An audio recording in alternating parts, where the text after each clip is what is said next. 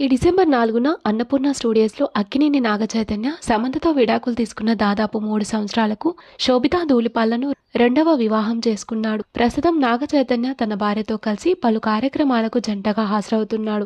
ఇద్దరూ కూడా పర్సనల్ లైఫ్తో పాటు ప్రొఫెషనల్ లైఫ్లో కూడా టైం కేటాయించుకుంటూ బిజీగా మారారు. తాజాగా నాగచైతన్య శోభిత చేసిన పనిని చూసిన నెటిజన్లు వీరిపై ప్రశంసల వర్షం కురిపిస్తున్నారు. హైదరాబాద్లోని Saint Jude India child care సెంటర్ని నాగచైతన్య శోభితా ధూళిపాల సందర్శించారు. అందులో క్యాన్సర్తో బాధపడుతున్న చిన్నారులకు తమ వంతు సహాయం చేసి గొప్ప మనసుని చాటుకున్నారు. ఆ చిన్నారులతో కలిసి కబుర్లు చెప్తూ డాన్స్లు కూడా వేసి వారి ముఖాల్లో చిరునవ్వులు తెప్పించారు. వారికి నచ్చిన బహుమతులను అందించారు నాగచైతన్య శోభిత. ఆ చిన్నారితో గడిపిన క్షణాలను చైతన్య తన సోషల్ మీడియాలో షేర్ చేశాడు. ప్రస్తుతం అవి కాస్త వైరల్ గా మారాయి.